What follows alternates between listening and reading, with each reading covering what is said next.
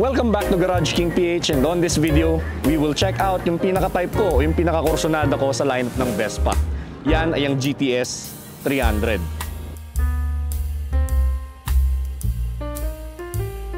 Sige nga mga chong, magsabi kayo sa akin ngayon ng mga bagay o brand na matagal na sa merkado. Magsabi naman kayo sa akin ng mga bagay o modelo ng sasakyan o motorsiklo na matagal na sa merkado pero di nagbago halos ang itsura. Yung Volkswagen Beetle? Yes. Yung Porsche 911? Yes, pwede. Yung Mini Cooper? Pwede rin. Sa totoo lang, parang iilan na lang ang ganyan ngayon, di ba? At isa na nga dyan, itong very iconic, very charming, cute, and timeless Vespa. At itong ride natin ngayon, yung mas maangas na GTS 300 Super Sport.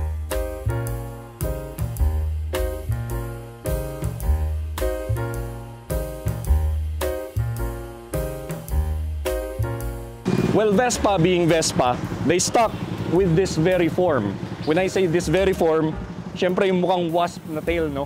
Yung tail section niya, walang pinagkaiba yung basic shape dun sa ibang mga Vespa, luma man o bago. At dito sa bike na to, meron din tayong bilog na headlight in keeping with the design element that Vespa has. Itong leg shield na to, yung single-sided na front wheel, at ang kinaiba ng rear wheel natin dito, naka-disc brake na yan right out of the factory.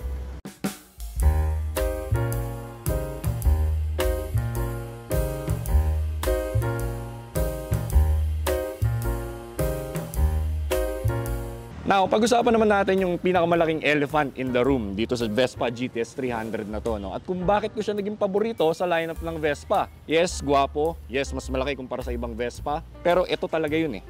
Itong HPE engine na to.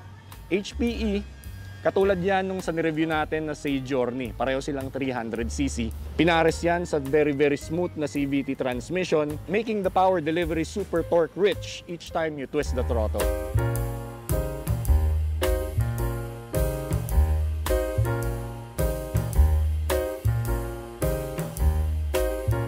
Ang performance na yan, kung isa-summarize natin, well, malakas ang torque niya at napakaswabe ng bigay. Hindi barumbado, but it's worth noting na napakaraming upgrade options na available sa market para sa kahit anong Vespa. So, kung gusto nyo na maging barumbado ang performance nito, pwede naman.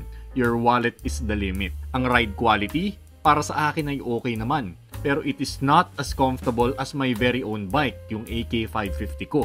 Naikumpara ko lang doon kasi yun yung lagi kong sinasakyan. Pero ibang kategorya naman kasi yun at di hamak na mas mahaba ang wheelbase nun kesa dito. Oh, speaking of the wheelbase, mas mahaba ang nandito sa GTS 300 kumpara sa mga 150cc ng Vespa. Ang resulta, mas komportable to. Pero tulad nga ng sabi ko, maging sa area ng suspension ay napakaraming upgrade options.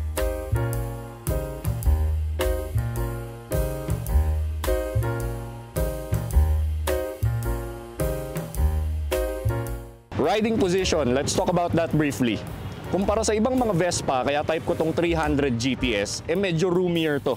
Yung pagitan ng aking tuhod relative to the handlebar, kahit in full lock, matagal bago abutin yung, yung aking leg. Doon sa mga maliit na Vespa, medyo kailangan ko na talagang gumanyan pagka lumiliko. Rider triangle, yung inuupuan ko, relatively comfortable. Manipis yung saddle pagdating dito, kaya pag tutukod, hindi ka binubuka ka ng bike.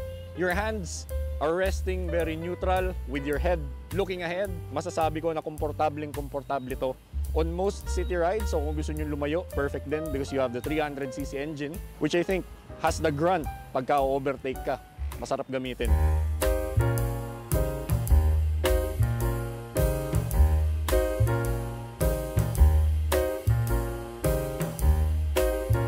Ang fuel consumption ay di kasing lakas ng ine-expect ko.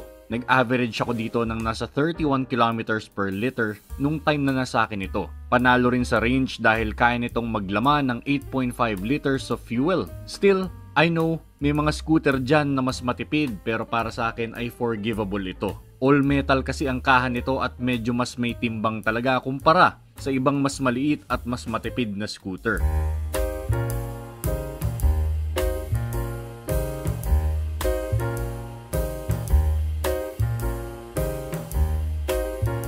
Ngayon, ang Vespa ay hindi kumpleto kung hindi natin pag-uusapan ng storage space.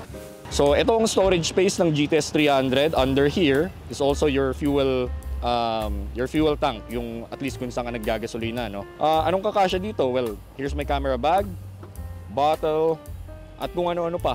Nadala-dala ko sa shoot na to. Bukod pa dyan, by the way, keyless to mga chong. So if we press this button right over here, magigising yung bike, no? Electronic. Yung electronic na yan, yung interface na yan, makokontrol mo gamit to. At balik tayo dito sa ating ignition button. Pag diniin nyo yan, it opens this glove box. Itong glove compartment na to, there's not much that you can put. Siguro gloves nga talaga.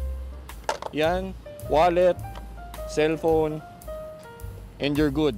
You would want to put your cellphone there really because meron tayo ditong phone charger. Ayun, may USB port. The practicality continues dahil may hook rin at hindi rito asiwa maglagay ng top box for additional storage. Vespa even has a front rack that you can buy for increased carrying capability.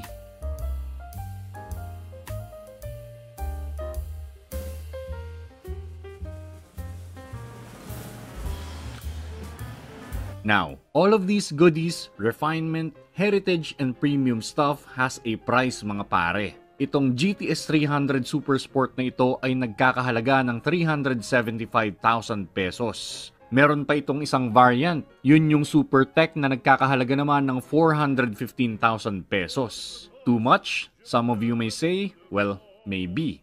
Pero Vespa is a Vespa. Need I say more?